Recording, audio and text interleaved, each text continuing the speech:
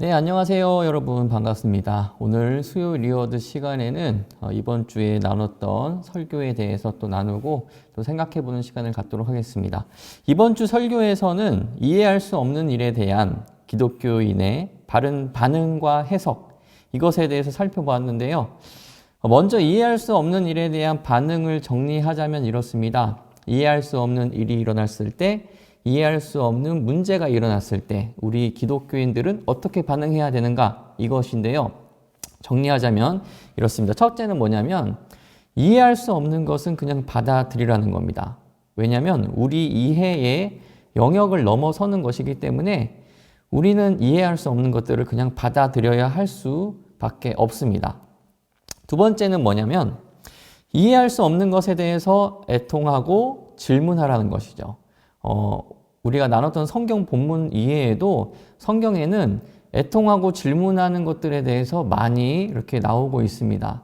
우리 성경에서 하나님을 사랑하고 하나님을 신뢰했던 자들이 했던 것처럼 하나님께 질문하고 또 애통하는 그런 우리 청년부 지체들이 되어야 된다는 것이죠.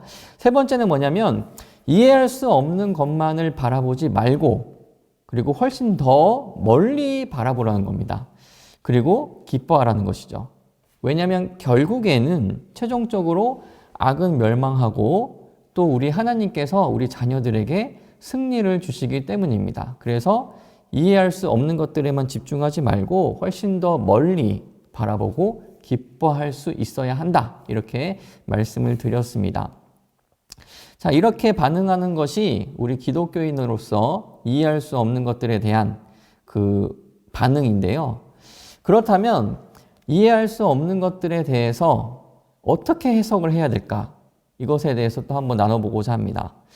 물론 우리가 이해할 수 없는 일에 대해서 완벽하게 해석할 수는 없습니다. 이것은 분명합니다. 하지만 우리는 어느 정도 우리 해석의 단초를 가지고 이해할 수 없는 상황과 문제들을 바라봐야 한다는 것이죠.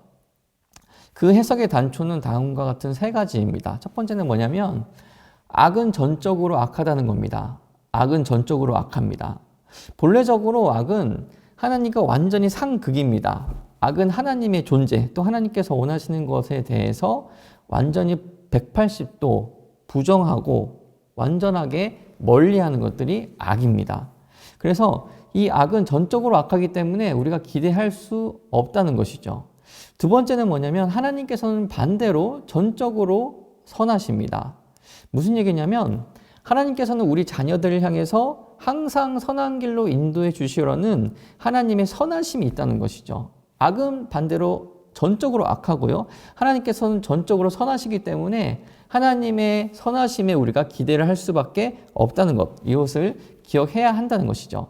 세 번째는 뭐냐면 하나님의 주권, 하나님의 작정과 허용은 모든 일 가운데 일어난다는 것입니다. 하나님의 주권이 미치지 않는 영역은 단 한 군데도 없습니다.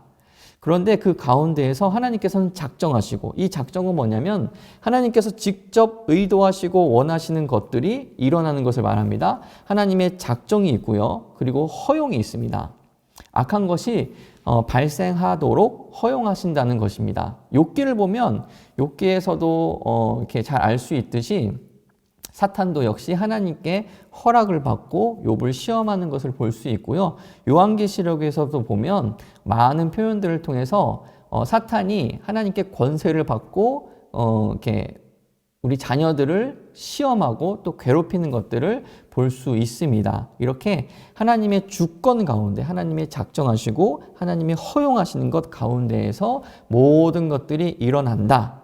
이 세 가지를 기억해야 한다고 말씀드렸습니다. 세 가지가 뭐라고요? 악은 전적으로 악하고요. 하나님께서는 반대로 전적으로 선하시고 그리고 모든 일들은 하나님의 주권, 작정과 허용 속에서 일어난다. 이 세 가지를 기억하면 어느 정도 하나님의 뜻을 이해할 수 있다. 이렇게 말씀을 드렸습니다.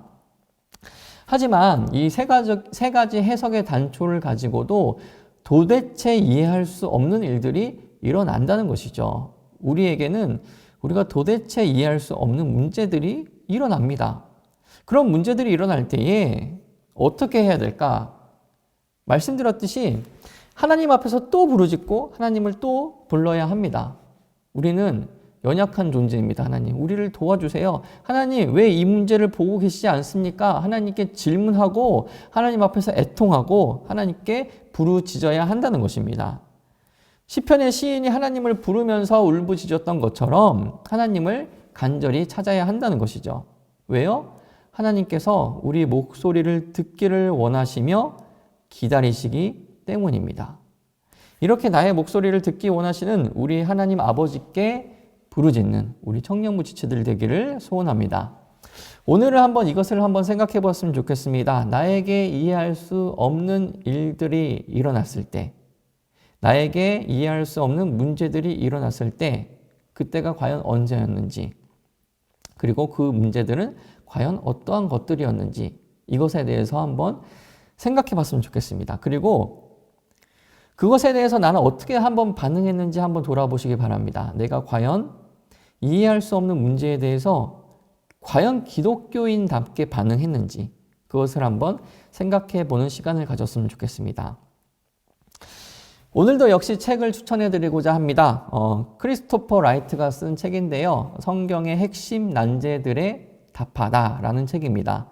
이 책의 일부 악과 고통을 어떻게 이해할 것인가 라는 챕터에서 우리가 오늘 나눈 주제에 관해서 아주 심층적으로 다루고 있으니까요. 참고하실 분들은 참고해 주시기 바랍니다.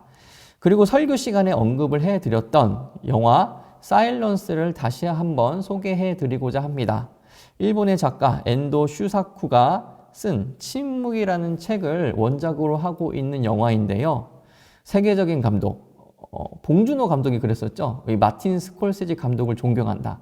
그 마틴 스콜세지 감독이 메가폰을 잡았고, 그리고 리암 니슨 등 유명한 배우들이 출연한 영화입니다. 특별히 이해할 수 없는 하나님의 일에 대해서, 이해할 수 없는 하나님의 침묵에 대해서 깊이 생각할 수 있는 영화니까요. 우리 청년들 기회가 된다면 한번 봤으면 좋겠습니다.